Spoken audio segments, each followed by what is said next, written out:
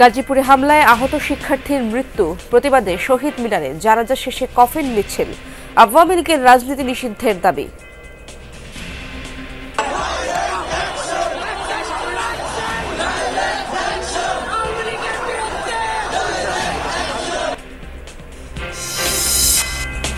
স্থানীয় নির্বাচন আয়োজনের সরকারের ভাবনাকে কূটকৌশল হিসেবে দেখছে বিএনপি। চূড়ান্ত সিদ্ধান্ত হলে আসতে পারে ভোট বর্জনের ঘোষণা। নির্বাচনের আগে কোনো রকমের স্থানীয় সরকারের নির্বাচনকে আমরা মেনে নেব না এবং জনগণের দাবি হচ্ছে প্রথম একটি রাজনৈতিক গণতান্ত্রিক সরকার প্রতিষ্ঠিত হোক। ওয়ার্ল্ড গভর্নমেন্ট সামিটে যোগ দিতে দুবাই পৌঁছেছেন প্রধান উপদেষ্টা। স্বাগত জানালেন আমিরাতের ক্রীড়ামন্ত্রী। দুদেশের বিভিন্ন স্বার্থ সংশ্লিষ্ট বিষয়ে আলোচনা। রমজানে সারা দেশে সাশ্রয়ী মূল্যে চাল, তেল, চিনি সহ 5 পণ্য বিক্রি করবে টিসিবি। অব্যাহত থাকবে ট্রাক সেল কার্যক্রম। মজুত না করার আহ্বান ক্যাবের।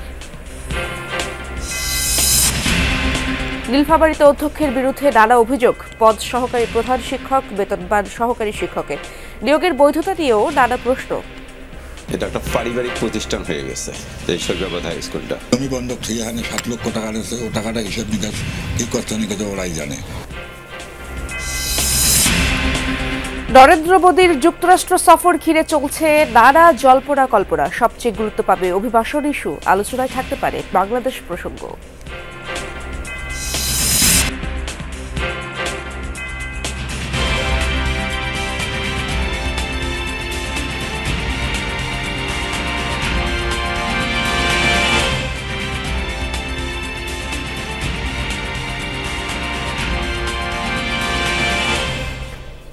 আমন্ত্রণ যমুনা নিউজে আপনাদের সঙ্গে আছি আমি ইশরাত জাহান। এতক্ষণ শিরোনাম দেখছিলেন।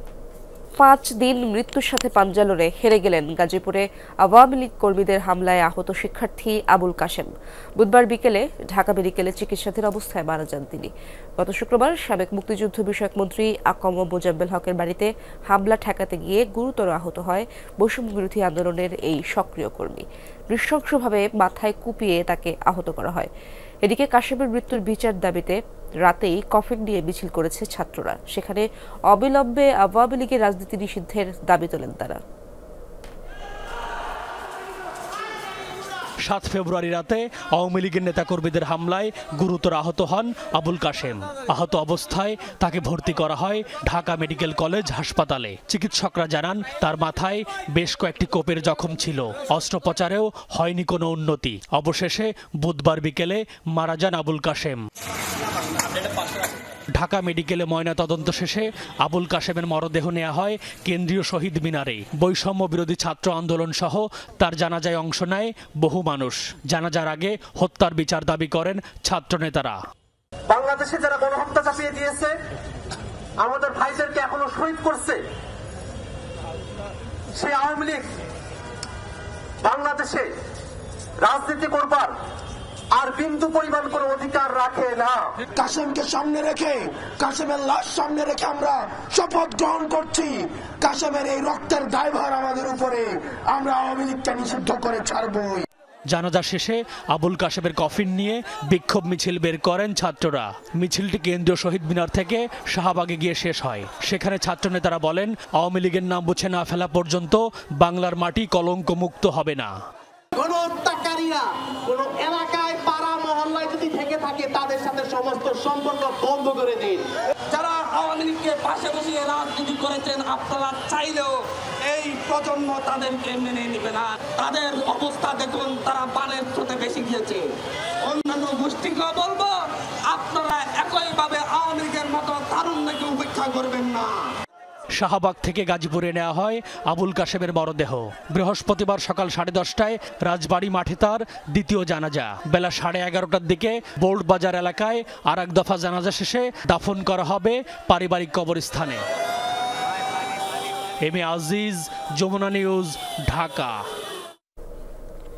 এদিকে আহত শিক্ষার্থী আবুল কাশেমের মৃত্যুর ঘটনায় বিভিন্ন স্থানে বিক্ষোভ মিছিল বের হয়েছে গায়েবাড়া জানাজা ও খাটিয়া মিছিল। বুধবার রাতে গাজীপুর জয়দেবপুর শিববাড়িতে বিক্ষোভ মিছিল বের করা হয়। এ সময় দ্রুত ও ঘটনার সুষ্ঠু বিচার এবং আওয়ামী লীগের রাজনীতি নিষিদ্ধের দাবি তোলেন বিক্ষোভকারীরা। এদিকে রাজশাহী বিশ্ববিদ্যালয়ের সেন্ট্রাল মসজিদের সামনে থেকে খাটিয়া মিছিল বের করেন শিক্ষার্থীরা। পরে ক্যাম্পাসের প্যারিস রোড হয়ে সেন্ট্রাল মসজিদের সামনে মিছিলটি শেষ হয়। পরে সেখানে অনুষ্ঠিত হয় গায়েবানা জানাজা।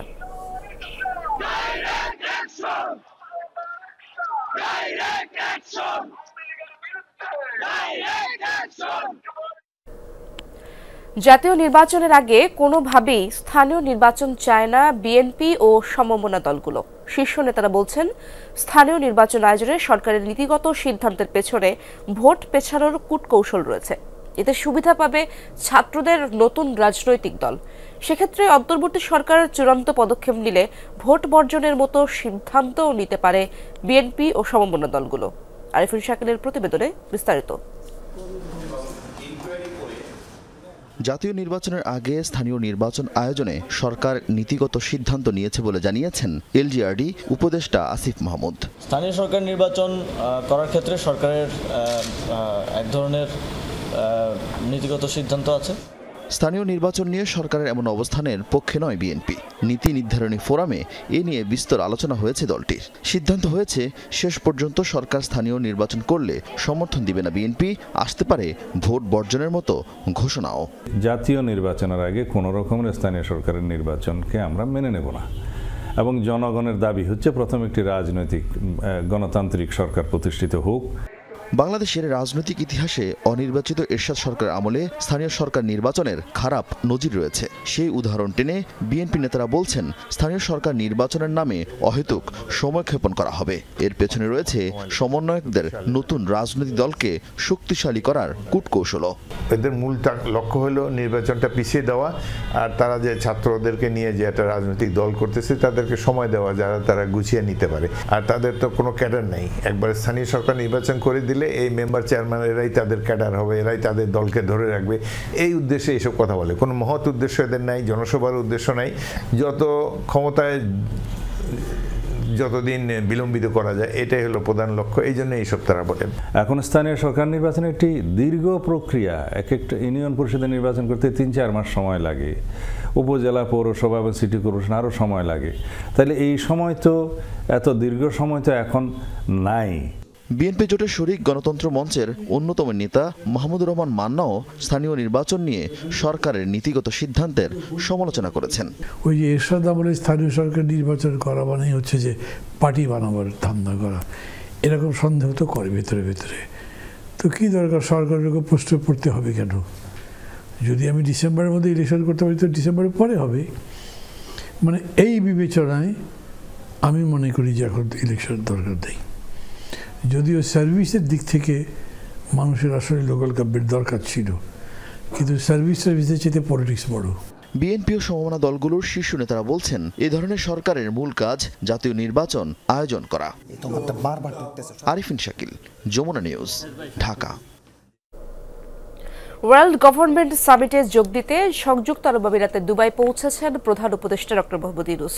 বুধবার বাংলাদেশ সময় রাত 1:30 নাগাদ তাকে বহনকারী ফ্লাইটটি দুবাই আন্তর্জাতিক বিমানবন্দরে অবতরণ করে। এ সময় প্রধান উপদেষ্টাকে স্বাগত জানান সংযুক্ত আরব আমিরাতের ক্রীড়ামন্ত্রী আহমেদ বেলহৌল আল ফালাসি। সম্মেলনে অংশগ্রহণের জন্য ধন্যবাদ জানান তিনি। এছাড়া দুবাইয়ে গত 1 দশক ধরে অনুষ্ঠিত আন্তর্জাতিক এই সম্মেলন সম্পর্কে অবহিত করেন। দুদেশের মধ্যে ক্রীড়া ও সংস্কৃতির ক্ষেত্রে সম্ভাব্য সহযোগিতা সহ পারস্পরিক স্বার্থের বিষয়েও আলোচনা করেন তারা। বৈঠকে পররাষ্ট্র উপদেষ্টা তৌহিদ হোসেন, দেশটিতে নিযুক্ত বাংলাদেশের রাষ্ট্রদূত তারেক আহমেদ এবং ঢাকায় সংযুক্ত আরব আমিরাতের রাষ্ট্রদূত আবদুল্লাহ আলী খাসেফ আল হামৌদি উপস্থিত ছিলেন। এর আগে ডক্টর ইউনূস ও তার সফর সঙ্গীরা ঢাকা থেকে বুধবার সন্ধ্যা 8:45 দুবাইয়ের উদ্দেশ্যে যাত্রা করেন। 11 থেকে 13 ফেব্রুয়ারি চলবে এই সম্মেলন, যাতে 30 দেশের সরকার ও রাষ্ট্রপ্রধানদের অংশ নেওয়ার কথা রয়েছে।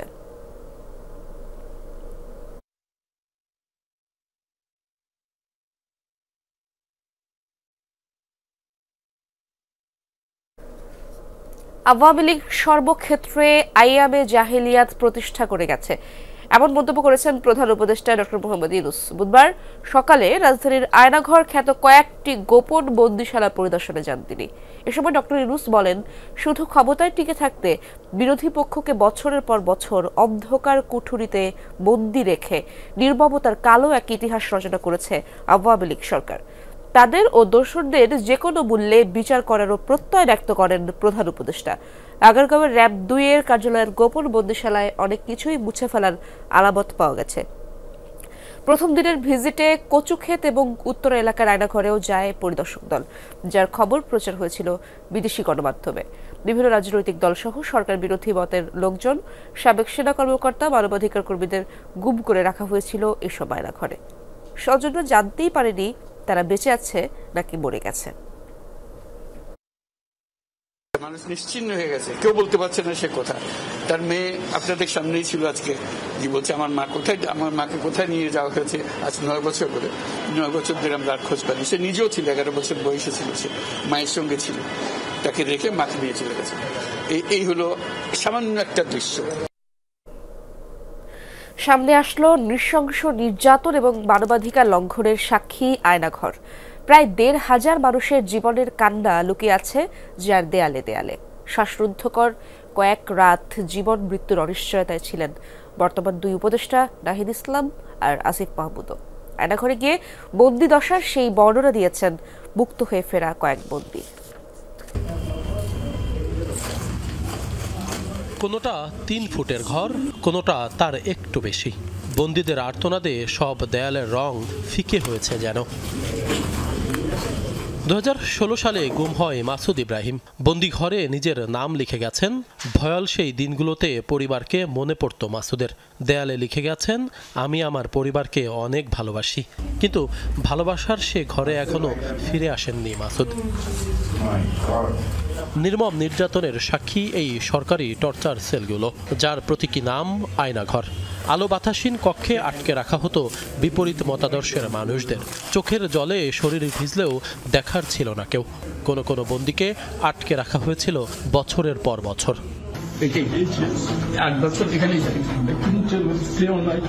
পরিস্থিতি পাল্টালে ভাগ্য খোলে কারো কারো। মুক্ত হয়ে ফিরে আসেন প্রিয়জনদের কাছে। এবার প্রধান উপদেষ্টার সাথে আয়নাঘর দেখার পর বন্দি জীবনের স্মৃতিতে ফেরেন কেউ কেউ। জুলাই আন্দোলন সরকারের নিয়ন্ত্রণের বাইরে চলে গেলে আটক করা হয় শিক্ষার্থীদেরও। আয়নাঘরে নিজেদের বন্দি কক্ষ ঘুরে দেখেন উপদেষ্টা নাহিদ আসিফও। বাইরে কিছু দেখি নাই, শুধু ভিতরে দেখছি। দেয়াল দেখে আমি চিনতে পারছি এইটা তো দেয়াল ছিল। যখন আমাকে চোখ খোলা হয়েছে তখন আমি দেখি এরকম একটা প্রভাবকে যতক্ষণ রুমে থাকতাম ততক্ষণ চোখ খোলা থাকতো, হাত খোলা বেরোতো। রুম থেকে বের করার সময় আবার চোখ হাত খোলা বাঁধতো। শেখ হাসিনার আমলে ছোট্ট এই ঘরে ঠিক কত মানুষকে বছরের পর বছর গুম থাকতে হয়েছে তার সঠিক হিসেব নেই কারো কাছে। এদের মধ্যে অনেকেই এখনো গুম। তাদের ভাগ্যে কি ঘটেছে, বেঁচে আছে নাকি মারা গেছে তাও জানা যায়নি।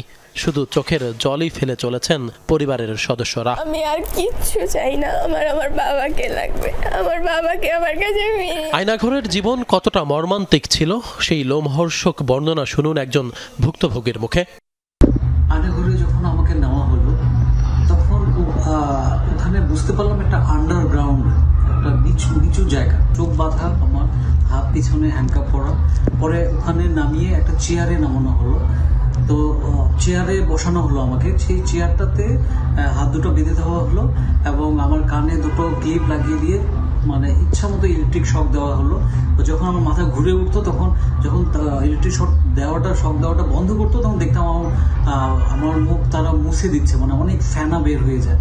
এভাবে ইলেকট্রিক শক দেওয়া হয় এবং সেন্সিটিভ পার্টে আমার ইলেকট্রিক শক দেওয়া হয়। গুম কমিশনের রিপোর্ট অনুযায়ী রাজধানী ছাড়াও দেশের বিভিন্ন স্থানে বহু আয়নাঘর রয়েছে। আশিক মাহমুদ, যমুনা নিউজ, ঢাকা। বাংলাদেশে যত আয়নাঘর আছে সব খুঁজে বের করা হবে, জানিয়েছেন প্রধান উপদেষ্টার প্রেস সচিব শফিকুল আলম। বুধবার দুপুরে রাজধানীর ফরেন সার্ভিস একাডেমিতে আয়োজিত এক সংবাদ সম্মেলনে একথা জানান তিনি। বলেন, দেশে 7 থেকে 800-র বেশি আয়নাঘর বা টর্চার সেল আছে। এ সময় উপপ্রেস সচিব আজাদ মজুমদার জানান, দুদিনের সংযুক্ত আরব আমিরাত সফর শেষে শুক্রবার দেশে ফিরবেন প্রধান উপদেষ্টা। বাংলাদেশে যত আয়নাঘর আছে প্রত্যেকটা খুঁজে বের করা হবে।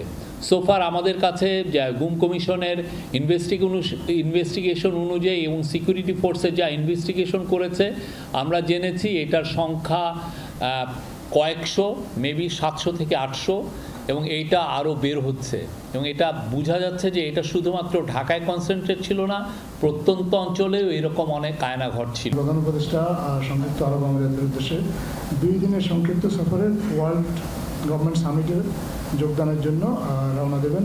উনি সেখানে আরব আমিরাতের সরকার এবং রাষ্ট্রপ্রধান দুজনের সাথে আলোচনা করবেন। জুলাই আগস্টে ছাত্র জনতার গণ অভ্যুত্থানে 1400 মানুষ প্রাণ হারিয়েছে। বুধবার প্রকাশিত রিপোর্টে এই তথ্য জানায় জাতিসংঘের ফ্যাক্ট ফাইন্ডিং কমিশন। আরও বলা হয় 78%ই মারা গেছে আইন শৃঙ্খলা বাহিনীর গুলিতে। সে সময় শিশুরাও টার্গেট কিলিংয়ের শিকার হয়েছে, এমন তথ্যই উঠে এসেছে তদন্ত রিপোর্টে। 16 জুলাই রংপুরে আবু সাইদকে প্রকাশ্যে গুলি করায় নতুন মাত্রা পায় আন্দোলন। একই দিন জীবন দিতে হয় আরও 5 জনকে। জাতিসংঘের ফ্যাক্ট ফাইন্ডিং মিশন বলছে, প্রধানমন্ত্রীর কার্যালয়ে সেনা প্রতিনিধি, গোয়েন্দা সংস্থা এবং আইন শৃঙ্খলা বাহিনীর প্রতিনিধি নিয়ে কোর কমিটি গঠন করা হয়। আন্দোলন দমনে সর্বোচ্চ বল প্রয়োগ করে শেখ হাসিনা সরকার। সে সময় প্রধানমন্ত্রীর নির্দেশনায় এসব হত্যাকাণ্ড ঘটানো হয়েছে জানায় সংস্থাটি। মানবাধিকার বিষয়ক হাই কমিশনার ভলকার তুর্ক বলছেন, ক্ষমতায় টিকে থাকতেই এই ঘৃণ্য অপরাধ। জবাবদিহিতা ও ন্যায় বিচার প্রতিষ্ঠায় জুলাই হত্যাকাণ্ডের বিচার করতেই হবে। জানান, বাংলাদেশ সরকার চাইলে সহযোগিতা করবে জাতিসংঘ।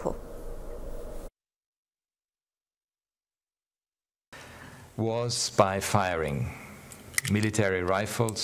নিহত 1400 জনের 78%ই মিলিটারি রাইফেল ও শটগানের গুলিতে মারা গেছে। আমি নিজে ঢাকার হাসপাতালে গিয়ে আহতদের সাথে কথা বলেছি। তাদের অনেকেই সারা জীবনের জন্য পঙ্গু হয়ে গেছে। And some of them will be disabled for their lives.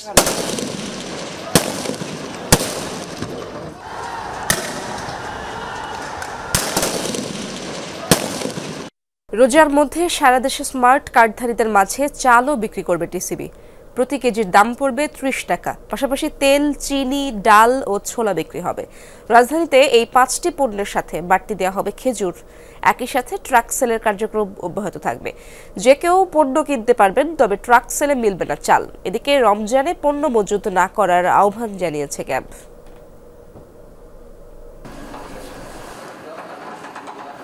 তেল, ছোলা, খেজুর, ডাল, চাল, চিনি রমজানের নিত্য প্রয়োজনীয় পণ্য। তবে রমজান আসলেই কিছু অসাধু ব্যবসায়ীদের মজুদের কারণে বেড়ে যায় এসব পণ্যের দাম। তাই দ্রব্যমূল্যের এই ঊর্ধ্বগতির বাজারে নিম্ন ও মধ্যবিত্তের অনেকেই টিসিবি পণ্য সংগ্রহ করে থাকে। রমজান মাসে পণ্যের পরিমাণ বাড়িয়ে দিতে টিসিবির প্রতি আহ্বান জানিয়েছেন ভোক্তারা। আমাদেরকে যদি একটু চিনি, তারপরে ছোলা, তারপরে খেজুর এগুলো একটু বাড়ায় দিত, তাহলে আমাদের অনেক সুবিধা হইতো। লিটার যদি তেল দেয় রোজার মাসে, তাহলে আমাদের একটু সুবিধা হয়। আমরা তো কিনা তো অত সমর্থন নাই। 1 কেজি চিনি দেয়, 1 কেজি চিনি তো হয় না। চাল দেয় 5 কেজি, একটু পরিমাণ একটু বাড়াই দিলে আমাদের জন্য ভালো হয়। রমজানে যদি উন্নত মানের খাবার দেয়, মানে খেজুর, ছোলা এগুলো ভালো দেয়, তা আমরা খাইলে মানে শান্তি হবে। রমজানে বাজার স্থিতিশীল রাখতে চায় টিসিবি। ইতিমধ্যেই ট্রাকে ছোলা, খেজুর সহ তেল, চিনি, ডাল বিক্রি শুরু করেছে। এখন চলছে কার্ডধারীদের মাঝে ডিলারের কার্যালয় থেকে পণ্য বিক্রির প্রস্তুতি। রমজানে আমাদের প্রিপারেশন একদম সর্বোচ্চ শেষ পর্যায়ে রয়েছে। কোনো পণ্যের সমস্যা নেই, সব পণ্যই আমাদের হাতে রয়েছে। টিসিবির 5টি নিজস্ব পণ্য, তেল, চিনি, মসুর ডাল, এই 3টি পণ্য নিয়মিত, এবং ছোলা এবং খেজুর এই পণ্য দুটি রমজানের সময় আমরা অতিরিক্ত হিসেবে দিয়ে থাকি। এছাড়াও খাদ্য অধিদপ্তর কর্তৃক চাল সরবরাহ করা হয়ে থাকে। আমাদের ডিলাররা এই 6টি পণ্য সারা বাংলাদেশেই ডিস্ট্রিবিউশন করবে। তার মধ্যে ঢাকা সিটিতে 6টি পণ্য দেওয়া হবে, এবং ঢাকার বাইরে যে বিভাগীয় সিটিগুলো ছাড়া অন্যান্য জেলা সদরগুলোতে আপনার 5টি পণ্য দেওয়া হবে। রমজানের মধ্যে নিত্য প্রয়োজনীয় পণ্যের মজুত না করার আহ্বান জানিয়েছেন consumer association of Bangladesh, cap. বলছে, পুরো মাসের বাজার একসাথে করলে সাপ্লাই লাইনে চাপ তৈরি হয়, যার প্রভাব পড়ে দামে। আমরাও কিন্তু রমজান উপলক্ষে মজুতটা বেশি করার চেষ্টা করি, যে আমি যদি প্রতি মাসে সপ্তাহে বাজার করি, ও রমজান মাসে এসে আমি চিন্তা করবো যে মাসের বাজারটা একসাথে করার জন্য। তো স্বাভাবিক কারণে এই সবগুলি কারণে কিন্তু আমার সাপ্লাই লাইনে একটা চাপ তৈরি হয়। তো চাপটা যখন তৈরি হয়, সঙ্গে সঙ্গে কিন্তু দামটা বেড়ে যায়। 20,000 টন মসুর ডাল, 2 কোটি লিটার ভোজ্য তেল, 10,000 টন চিনির পাশাপাশি রমজান মাসে 10,000 টন ছোলা ও 1,500 টন খেজুর ভর্তুকি মূল্যে বিক্রি করবে টিসিবি। সোভান চৌধুরী, যমুনা নিউজ, ঢাকা। সহকারী প্রধান শিক্ষক পদে যোগদানের জন্য সহকারী শিক্ষক পদ থেকে দেন ইস্তফা, কিন্তু 9 বছর ধরে নিচ্ছেন আগের পদের বেতন। এমনই গুরুতর অভিযোগ নীলফামারীর এক শিক্ষকের বিরুদ্ধে। সহকারী প্রধান শিক্ষক থেকে উচ্চ মাধ্যমিক প্রতিষ্ঠানে ভারপ্রাপ্ত অধ্যক্ষ হওয়ার নিয়ম না থাকলেও বাগিয়ে দিয়েছেন সেটাও। প্রশ্ন উঠেছে ওই শিক্ষকের নিয়োগের বৈধতা নিয়েও। নীলফামারীর কিশোরগঞ্জ উপজেলার শরীফাবাদ স্কুল অ্যান্ড কলেজের ভারপ্রাপ্ত অধ্যক্ষ আব্দুল মতিন 2015 সালে সহকারী শিক্ষক থেকে ইস্তফা দিয়ে সহকারী প্রধান শিক্ষকের পদে আসীন হন তিনি। বিধি অনুযায়ী ইস্তফা দেওয়ার দিন থেকে সহকারী শিক্ষক হিসাবে 10ম গ্রেডে বেতন নেওয়ার সুযোগ নেই, কিন্তু অভিযোগ উঠেছে 9 বছর ধরে সেই বেতন ভাতা নিচ্ছেন তিনি। 2015 সালে তারা সহকারী শিক্ষক পদ থেকে ইস্তফা দিয়ে সহকারী প্রধান শিক্ষক হন। আর সহকারী প্রধান শিক্ষক হওয়ার পরেও সে এখনো পর্যন্ত বহাল তবিয়তে সহকারী শিক্ষকের বেতন খেয়ে যাচ্ছেন। এখানেই শেষ নয়, প্রশ্ন উঠেছে তার নিয়োগের বৈধতা নিয়েও। নিয়োগ পরীক্ষায় কমপক্ষে 3 জন অংশগ্রহণ করার নিয়ম থাকলেও পরীক্ষা দিয়েছেন 2 জন। উচ্চ মাধ্যমিক শাখা আছে এমন প্রতিষ্ঠানে সহকারী প্রধান শিক্ষক থেকে ভারপ্রাপ্ত অধ্যক্ষ হওয়ার সুযোগ না থাকলেও সেই সুযোগও নিয়েছেন আব্দুল মতিন। তহবিলের অর্থ আত্মসাৎ আর ইউনিয়ন আওয়ামী লীগের সাধারণ সম্পাদককে স্কুলের সভাপতি বানাতে তার ভূমিকা নিয়েও আছে প্রশ্ন। করোনাকালীন অবস্থায় আমাদের পরীক্ষা স্থগিত হয়। পরীক্ষা স্থগিত হওয়ার কারণে অর্ধেক টাকা ফেরত দিছি, কিন্তু আমাদের কলেজ থেকে আমাদেরকে ফেরত দেওয়া হয়নি। জমি বন্ধক থেকে এখানে 7 লক্ষ টাকা আছে, ও টাকাটা হিসাব নিকাশ কি কষ্ট নিকাশ ওরাই জানে। তারপরে মাটি কাটার সরকার টাকা হচ্ছিল, বাজেট হচ্ছিল কত লক্ষ টাকা, সেই টাকা কয় গাড়ি মাটি ফেলাইছে, ফেলার পর টাকাটাও কারণ হিসাব কাউকে দেয় নাই। এটা একটা পারিবারিক প্রতিষ্ঠান হয়ে গেছে এই শরীফাবাদ হাই স্কুলটা। আমরা চাই যে স্কুল থেকে পারিবারিক যে ইয়াটা আছে ওটা শেষ করে যে এলাকার গণ্যমান্য আদর্শবান মানুষ আছে তাদের দিয়ে যেন প্রতিষ্ঠানটা ভালো চলে। সব অভিযোগ অস্বীকার করে নিজেকে নির্দোষ দাবি করেছেন অভিযুক্ত শিক্ষক। নতুন জয়েন করছি, আমি যত বুঝি নাই। 2 সালে আমি নিয়োগ পাইছি, 2টা ছিল না 3টা না 1টা ছিল, ওটা তো আমি জানি না। যখন 20 সালে আমার আসলো এমপি সুটের সহকারী প্রধান শিক্ষক, তারপরে কমিটি আমাকে বেতনটা দিল। আগে দেয় নাই, কিন্তু আগে ওই নামটা ছিল সহকারী শিক্ষক। প্রতিষ্ঠান প্রধান হিসেবে আব্দুল মতিনের পদ ও বেতনের অসঙ্গতি জানা আছে জেলা শিক্ষা অফিসারের। আশ্বাস দিয়েছেন তদন্তের। তার পদবি হিসাবে তার বেতন কোড অসঙ্গতি এটি লক্ষ্য করা যাচ্ছে। আমি দ্রুত এই বিষয়ে তদন্ত করে তার এই নিয়োগ সংক্রান্ত গ্রেড সংক্রান্ত যে অসঙ্গতি এটা আমি খতিয়ে দেখি ঊর্ধ্বতন কর্তৃপক্ষের কাছে আমি এটি জানাবো। অভিযুক্ত শিক্ষকের বিরুদ্ধে বিভিন্ন সময়ে সরকারি দপ্তরে লিখিত অভিযোগ দিয়েছেন অভিভাবকরা। মাহমুদ রাফিন, যমুনা নিউজ, নীলফামারী। লোকসান দেখিয়ে একদিকে বন্ধ হয়েছে একের পর এক পাটকল, অন্যদিকে গড়ে উঠেছে গবেষণা কেন্দ্র। জামালপুরে কর্মসংস্থান হারানো 24,000-এর বেশি মানুষের কাছে এ যেন নিদারুণ পরিহাস। তাদের অভিযোগ সবই হয়েছে আওয়ামী লীগের প্রভাবশালী নেতা মির্জা আজম পাট প্রতিমন্ত্রী থাকা অবস্থায়। বেসরকারি 6টি জুট মিলের জমি হাতবদল আর টাকা হাতিয়ে নিতেই এই অপকর্ম। পাট ও পাটকল নিয়ে সাগর ফরাজের ধারাবাহিক প্রতিবেদনের প্রথমটি আজ। পাটকলের শ্রমিক মোহাম্মদ হাবেল চাকরি হারিয়ে এ পেশা ও পেশা ঘুরে অবশেষে থিতু হয়েছেন চায়ের দোকানে। সরিষাবাড়ির মাঝবাড়ি এলাকায় আলা জুট মিলের পাশেই তার বসবাস। মিল বন্ধ হওয়ার পরের থেকে খুবই দুর্দিন গেছে আর কি। হ্যাঁ, তবে এখনও ওইটা কায়দায় ছাড়ে নাই। এখনও প্রায় 3000 শ্রমিক ছিল এই জুট মিলে। তার মতো ছোটখাটো ব্যবসার সুযোগ যাদের হয়নি তাদের দিন কাটছে নিদারুণ কষ্টে। আমাদের দিন পাট চলতেছে, একজনের রোজগারে মনে করেন 500 জন মানুষ খানালা চলতেছে না। তারপরে কি করব, দেখে শুনে না পায়া পরে একটা বাসায় কাজ নিচ্ছি। জামালপুরের 2টি উপজেলায় এমন বেসরকারি পাটকলের সংখ্যা 6টি, যেখানে কর্মরত ছিলেন 22,000 শ্রমিক। এছাড়া 11টি ক্রয় কেন্দ্রে 2,000 শ্রমিক কাজ করত।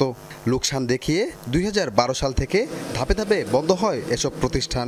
আলহাজ জুট মিল্লা বন্ধ করেছেন তথাকথিত জামালপুর জেলা আওয়ামী লীগের সময় পাট ও বস্ত্র প্রতিমন্ত্রী ছিলেন মির্জা আজম সহ তার দোসর কিছু ছিল এমপি মুরাদ হাসান। তিনি যখন পাট মন্ত্রণালয়ের দায়িত্বে প্রতিমন্ত্রী হিসাবে দায়িত্ব পালন করেছেন তখন পাটের সমস্ত কিছুই ভারতের হাতে তুলে দিয়ে এদেশের পাট শিল্পকে ধ্বংসের নেপথ্যের নায়ক হিসাবে মির্জা আজম ভূমিকা রেখেছেন। পাটকলগুলো যখন একে একে বন্ধ হচ্ছিল তখন পাট প্রতিমন্ত্রী এই জেলারই প্রভাবশালী রাজনীতিবিদ মির্জা আজম বন্ধ জুট মিলের বিপরীতে তিনি নিজ এলাকায় 2023 সালে প্রতিষ্ঠা করেন একটি গবেষণা কেন্দ্র। একদিকে পাটকল বন্ধ, অন্যদিকে গবেষণা কেন্দ্র প্রতিষ্ঠার যৌক্তিকতা নিয়ে প্রশ্ন তুলেছেন স্থানীয়রা। এই প্রজেক্টটা আমাদের বাসীর জন্য কোনো কাজে আসবো না, কোনো দিনের জন্যও না, সম্পূর্ণ ভুয়া। মির্জা আজম মহোদয় যখন পাট প্রতিমন্ত্রী সে সময় সরিষাবাড়ির 4টি পাটকল একেবারে বন্ধ করে দেওয়া হয়। পাশাপাশি ওনার নিজস্ব এলাকা মাদারগঞ্জের এক নিভৃত অঞ্চলে প্রায় 100 কোটি টাকা ব্যয়ে পাট গবেষণাগার নির্মাণ করা হয়। 5 আগস্টের পর থেকে আত্মগোপনে মির্জা আজম সহ অভিযুক্তরা। ছাত্র জনতা অভ্যুত্থানের পর বদলি হয়েছেন উপপাট গবেষণা কেন্দ্রের প্রায় সব কর্মকর্তা। প্রতি বছর আমরা এখানে বিভিন্ন এক্সপেরিমেন্ট, বিশেষত আশু বীজ মৌসুমে পাটের পরীক্ষণগুলো জাত উদ্ভাবন এবং প্রযুক্তি উদ্ভাবনের জন্য আমরা পরীক্ষণগুলো স্থাপন করে থাকি। বন্ধ হওয়া বেসরকারি জুট মিলগুলো চালুর আপাতত পরিকল্পনা নেই মন্ত্রণালয়ের। এক একজন ব্যবসায়ীর এক এক ধরনের প্রবলেম থাকতে পারে। আপনি জুট মিল চালাচ্ছেন, আপনি 5 বছর পরে মনে করছেন আমি জুট মিল চালাবো না, এখন আমি টেক্সটাইল মিল চালাবো। সরকার তো আপনাকে রেস্ট্রিক্ট করতে পারবে না বা নিরুৎসাহিত করার কোনো কারণ নেই। সোনালী আঁশের বিস্তার ঘটানো এই অঞ্চলটি এখন একদমই নিশ্চুপ। দেশের দ্বিতীয় বৃহত্তম এই পাটের উৎসকে আবারও সচল করতে যে সরকারই আসুক না কেন তাদের কাছে আর্জি জানিয়েছেন স্থানীয়রা। সেই সাথে হাজারো মানুষের কর্মসংস্থান সহ দেশের পাটকে সমৃদ্ধি করতে বিদেশের কাছেও উপস্থাপন করার কথা জানিয়েছেন তারা। সাগর ফরাজি, যমুনা নিউজ, জামালপুর। আশুলিয়ায় অপারেশন ডেভিল হান্ট পরিচালনা করে 5 জনকে গ্রেফতার করা হয়েছে। এ সময় জব্দ করা হয়েছে পিস্তল ও গুলি ভর্তি ম্যাগাজিন। বুধবার দুপুরে আশুলিয়া থানায় এক সংবাদ সম্মেলনে এসব তথ্য জানায় পুলিশ। অতিরিক্ত পুলিশ সুপার জানান, রাতভর আশুলিয়ার বিভিন্ন এলাকায় থেকে একাধিক মামলার আসামি সহ মোট 5 জনকে গ্রেফতার করা হয়। এ সময় রানা মিয়া নামের একজনের কাছ থেকে একটি পুরাতন পিস্তল এবং 1 রাউন্ড গুলি ভর্তি ম্যাগাজিন উদ্ধার করা হয়। পুলিশ জানিয়েছে অপরাধীদের গ্রেফতারে অপারেশন ডেভিল হান্ট অব্যাহত থাকবে। আমরা গত 24 ঘন্টায় আশুলিয়া থানা থেকে 5 জনকে গ্রেপ্তার করেছি। এই 5 জনের গ্রেপ্তার যারা করা হয়েছে তারা এই এলাকায় চাঁদাবাজি থেকে শুরু করে সব ধরনের অপরাধ, বিশেষ করে বৈষম্য বিরোধী যে আন্দোলন হয়েছিল সেই সময়ও তারা বিভিন্ন রকমের অপকর্ম করেছিল। জুলাই আগস্টের গণ আন্দোলনে যমুনা টেলিভিশন যে ভূমিকা রেখেছে ভবিষ্যতেও সেই ধারা অব্যাহত রাখার আহ্বান জানিয়েছেন যমুনা গ্রুপের চেয়ারম্যান অ্যাডভোকেট সালমা ইসলাম। যমুনা টেলিভিশনের শীত আড্ডায় তিনি এই আহ্বান জানান। দৈনিক যুগান্তরের সম্পাদক কবি আব্দুল হাই শিকদার বলেছেন, যমুনা টেলিভিশন বিগত সময়ে সাংবাদিকতায় যে নজির তৈরি করেছে সেটি অনন্য, অসাধারণ। যমুনা টেলিভিশনকে তৈরি করেছেন। শীত আড্ডায় যমুনা পরিবার। জুলাই গণ অভ্যুত্থানের পর প্রথম কোনো আয়োজনে এক ছাদের নিচে টিম যমুনা। তাই তো সব ছাপিয়ে জুলাই বিপ্লবের শ্বাসরুদ্ধকর অভিজ্ঞতার স্মৃতিচারণ। জুলাই আন্দোলনে নিহত আবু সাইদের সাহসী ভূমিকা বিশ্ব দরবারে তুলে আনায় যমুনার 2 সাংবাদিককে সম্মাননা জানায় যমুনা টেলিভিশন কর্তৃপক্ষ। তাকে সম্মাননা হস্তান্তর করবেন আমাদের ব্যবস্থাপনা পরিচালক। প্রবল চাপের মধ্যেও গণমানুষের কথা বলায় টেলিভিশনের কর্মীদের ধন্যবাদ জানায় যমুনা কর্তৃপক্ষ। বলেন, বাংলাদেশের নাম্বার 1 টেলিভিশনের স্বপ্ন দেখেছিলেন যমুনা গ্রুপের প্রয়াত চেয়ারম্যান নুরুল ইসলাম, যে গণমাধ্যম কোনো দল মতের পক্ষে নয়, কেবল মানুষের পক্ষে কথা বলবে। এই স্বাধীনতায় কিন্তু আমাদের দায়িত্ব এবং কর্তব্য অনেক গুণ বেড়ে গেছে। আগামীতেও আমাদের যেভাবে আমরা সংবাদ অনেক চিন্তা ভাবনা করে আমাদের সংবাদ প্রকাশ করতে হবে। আপনারা সবাই আমরা যে একত্রিত হয়েছি, আমরা যে মেলবন্ধনে আবদ্ধ হয়েছি, আমরা যে ঐক্য গড়ে তুলেছি, আমরা আশা করি যে আমরা এভাবে এগিয়ে যাব। ব্রেক করলে চলবে না, এটা সামনে থেকে আপনাদেরকে আরো বেশি এগিয়ে নিয়ে যেতে হবে।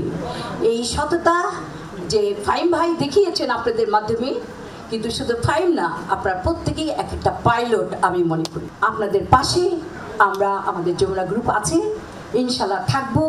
আপনারা এগিয়ে যান। অনুষ্ঠানে উপস্থিত ছিলেন যুগান্তরের সম্পাদক আব্দুল হাই শিকদার। বস্তুনিষ্ঠ সাংবাদিকতার জন্য যমুনা টেলিভিশনকে সাধুবাদ জানান তিনি। আমি এবার দাবি করছি, প্রত্যাশা করছি যমুনাকে স্বাধীনতা পদক দেওয়া হবে। যমুনাকে স্বাধীনতা পদক দিয়ে আমরা প্রকারান্তরে বিপ্লবের প্রতি আমাদের যে ভালোবাসা সেটাও যেমন প্রদর্শিত হবে, তেমনি যমুনার মতো আরো প্রতিষ্ঠান যাতে গড়ে ওঠে দেশে সেদিকে উৎসাহিত করা হবে।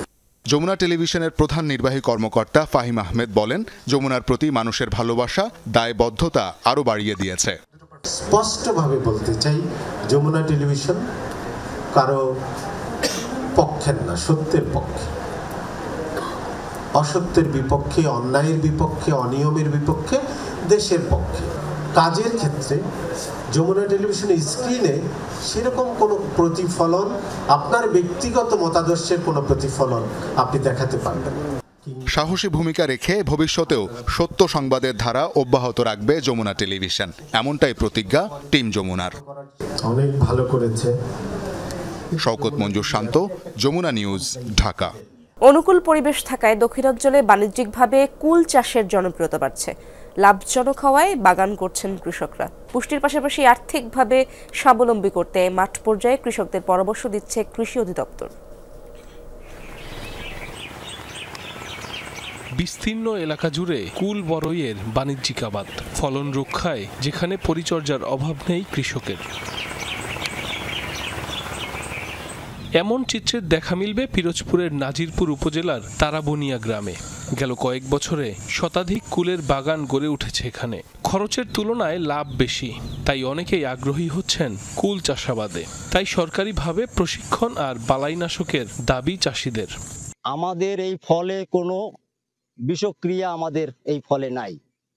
আমরা ভালোভাবে পরিচর্যা করি, আমরা বিক্রি করি। সরকারের সহযোগিতায় আমাদের বাগানগুলো আরো সুশৃঙ্খল একটু ভালোভাবে করতে পারি।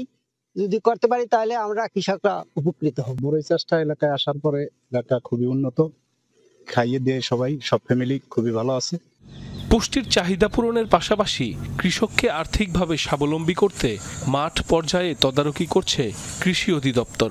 মাঠ পর্যায়ে যে সমস্ত ফিল্ড স্কুল চলে, উপসহকারী কৃষি কর্মকর্তা ভ্রাম্যমাণ অবস্থায় তাদেরকে উঠান বৈঠকের মাধ্যমে যখন যে ফসল করা হয় তাদেরকে পরামর্শ অব্যাহত করে রাখে। বাড়ির আঙিনা আর জমির আইলে পরীক্ষামূলক চাষে সফলতার পর বাণিজ্যিকভাবে কুল চাষ শুরু হয়েছে ঝালকাঠিতে। বাউ, আপেল, নারিকেল সহ হরেক প্রজাতির কুল বড়ই চাষ হচ্ছে দক্ষিণের এই জেলায়। কর্মসংস্থান হয়েছে অনেক যুবকের। এখানে বিভিন্ন জাতের বড়ই পাওয়া যায়, সুস্বাদু, খাইতে মিষ্টি। এখানে আমরা সবাই এখানে কিনতে আসি, সস্তা কিনতে আসি। প্রতি বছর 1.5 থেকে 2 লক্ষ টাকা খরচা, 3 থেকে 3.5 লক্ষ টাকা বড়ই বিক্রি করি। হ্যাঁ, এবং আমার ছেলে এবং অন্য অন্য লোকজনও আমার সাথে খাটাচ্ছি। জমি এবং আবহাওয়া অনুকূলে থাকায় ঝালকাঠিতে কিন্তু বেকার শিক্ষিত তরুণরা কিন্তু কুল চাষে এগিয়ে আসছে। এর ফলে কিন্তু তাদের যেমন আয় বাড়ছে, তেমনি বেকার যুবকদের কিন্তু কর্মসংস্থানের সুযোগ সৃষ্টি হচ্ছে। কুল আবাদ দক্ষিণের জেলাগুলো ছড়িয়ে দিতে কৃষি বান্ধব মাঠ কর্মসূচি অব্যাহত রাখার কথা জানিয়েছে কর্মকর্তারা। সাইফ আহমেদ, যমুনা নিউজ। মামলা জটিলতায় থমকে আছে ঝালকাঠির ধানসিঁড়ি ইকো পার্কের নির্মাণ কাজ। এতে হতাশ পর্যটক ও স্থানীয়রা। জমির মালিকানা দাবি করে পাল্টাপাল্টি মামলা করেছেন স্থানীয় এক আওয়ামী লীগ নেতা এবং জেলা প্রশাসন। ঝালকাঠি শহরের অদূরে গাবখান ব্রিজ এলাকা, ধানসিঁড়ি সহ 5 নদীর মোহনা। সেখানকার জেগে ওঠা চরের 55 একর খাস জমিতে 2002 সালে ইকো পার্ক গড়ে তোলার উদ্যোগ নেয় সরকার। 2007-08 অর্থ বছরে বালু ভরাটের পর বন্ধ হয়ে যায় কাজ। প্রকল্প এলাকার 35 একর জমির মালিকানা দাবি করেন আওয়ামী লীগ নেতা লিয়াকত আলী ও তার ছেলে মনিরুল ইসলাম। আদালতের দ্বারস্থ হন তারা। তাদের বিরুদ্ধে জালিয়াতির অভিযোগ তুলে আলাদাভাবে মামলা করে ইকো পার্ক বাস্তবায়ন কমিটি ও জেলা প্রশাসন। এরপর থেকেই থমকে আছে প্রকল্প। জাল জালিয়াতি কাগজপত্র তৈরি করার মাধ্যমে আমাদের মেয়র লিয়াকত আলী তালুকদার এবং তার পুত্র চেম্বারের সভাপতি মনির তালুকদার দখল করার পায়তারা করতেছে দীর্ঘদিন যাবত। একতরফাভাবে দুটা ফরমাইশি রায় তারা হাসিল করে। পরবর্তীতে সাধারণ জনগণ এটা জানার পরে তারা বিদ্রোহে ফেটে পড়ে। যারা ইকো পার্ক আন্দোলন কমিটি আছি আমরা দুইটি মিথ্যা মামলার আসামি হয়েছি। আমাদের সম্পদ এটাকে রক্ষা করা দরকার এবং এটা যতটুকু দরকার এখানকার যারা জমিখোর তারা এটাকে দখল করতেছে এটাকে আমাদের রক্ষা করতেই হবে। প্রকল্প এলাকার চারপাশে নান্দনিক পরিবেশ, পরিকল্পনায় রয়েছে রেস্ট হাউস, প্যাডেল বোট, পশু পাখির ভাস্কর্য, দুর্লভ প্রজাতির বৃক্ষরোপণ, গাইড ওয়াল সহ আরও বেশ কিছু পদক্ষেপ। তবে দীর্ঘদিনেও প্রকল্প বাস্তবায়ন না হওয়ায় হতাশ স্থানীয়রা। অত্যন্ত মনোরম একটি পরিবেশে ইকো পার্ক, কিন্তু আসলে সরকারের যদি সদিচ্ছা থাকতো এই পার্কটিকে আরো সুন্দর আরো মনোরম করা সম্ভব ছিল। ইকো পার্ক যে অর্থে আসলে ব্যবহার হয় তার এখানে কিছুই দেখতে পেলাম। এটা সরকারিভাবে যত দ্রুত বাস্তবায়ন করা যায় তার ব্যবস্থা করা হোক। গণ অভ্যুত্থানের পর থেকেই পলাতক জমির মালিক দাবিদার বাবা ও ছেলে। জেলা প্রশাসক জানালেন মামলা নিষ্পত্তির জোর চেষ্টা চলছে। মামলাটি নিষ্পত্তি হলে আমরা জেলা প্রশাসন থেকে কয়েকটি ডেভেলপ করার জন্য প্রয়োজনীয় ব্যবস্থা গ্রহণ করতে পারবো এবং প্রয়োজনীয় ব্যবস্থা গৃহীত হলে এই জেলায় পর্যটকদের আগমন বৃদ্ধি পাবে, যা এই জেলার আর্থিক কর্মকাণ্ডকে বেগবান করবে। প্রকল্পটি বাস্তবায়নে বরাদ্দ ধরা আছে 4 কোটি টাকা। Obaidur Rahman, Jamuna news. John F Kennedy হত্যাকাণ্ডের প্রায় 2,500 নতুন নথি খুঁজে পেয়েছে যুক্তরাষ্ট্রের কেন্দ্রীয় তদন্ত সংস্থা FBI। অবশ্য নথিগুলোয় কি তথ্য রয়েছে তা প্রকাশ করা হয়নি এখনো। গেল মাসে কেনেডির গুপ্ত হত্যা সংক্রান্ত সব রেকর্ড প্রকাশ্যে আনার নির্দেশ দেন মার্কিন প্রেসিডেন্ট ডোনাল্ড ট্রাম্প, স্বাক্ষর করেন নির্বাহী আদেশে। তারই ধারাবাহিকতায় এসব নথি খুঁজে বের করল FBI। 1963 সালের 22 নভেম্বর বিলাসবহুল লিমোজিনে করে স্ত্রীকে সাথে নিয়ে টেক্সাসের ডিলে প্লাজা পার্ক পেরোচ্ছিলেন তৎকালীন মার্কিন প্রেসিডেন্ট জন এফ কেনেডি। তাকে দেখতে আশপাশে ভিড় করেছিলেন ভক্ত অনুরাগীরা। কিছু বুঝে ওঠার আগেই চালানো হয় হামলা। গলায় আর মাথার খুলিতে গুলিবিদ্ধ হয়ে নিহত হন কেনেডি। গ্রেফতার করা হয় লি হার্ভি অসওয়াল্ড নামে এক মেরিন কর্মকর্তাকে। কিন্তু গ্রেফতারের 2 দিন পর হত্যা করা হয় তাকেও। 60 বছর পেরিয়ে গেলেও এখনও উদ্ধার হয়নি কেনেডি হত্যার রহস্য। দশকের পর দশক ধরে এ হত্যাকাণ্ডকে ঘিরে তৈরি হয়েছে বহু ষড়যন্ত্র তত্ত্ব। বিভিন্ন জরিপে উঠে এসেছে এই হত্যাকাণ্ডের আনুষ্ঠানিক ব্যাখ্যা সম্পর্কে মার্কিনীদের সন্দেহের কথা। 2023 সালের গ্যালাপ জরিপের তথ্য অনুযায়ী অসওয়াল্ড একাই জন এফ কেনেডিকে হত্যা করেছেন। ওয়ারেন কমিশনের এমন ফয়সালা বিশ্বাস করেন না 65% মার্কিন নাগরিক। এবার সে সংশয় দূর করতে চাইছেন বর্তমান মার্কিন প্রেসিডেন্ট ডোনাল্ড ট্রাম্প। ক্ষমতায় এসেই তৎপর হয়েছেন সাবেক প্রেসিডেন্টের হত্যার রহস্য জট খুলতে। নির্দেশ দেন জন এফ কেনেডি, তার ছোট ভাই রবার্ট এফ কেনেডি এবং মার্টিন লুথার কিং জুনিয়রের হত্যাকাণ্ড সম্পর্কিত সব ফাইল জনসম্মুখে আনার। তারই ধারাবাহিকতায় জন এফ কেনেডির হত্যা সংক্রান্ত প্রায় 2,500 নতুন নথি খুঁজে বের করেছে মার্কিন ফেডারেল আইন প্রয়োগকারী সংস্থা FBI।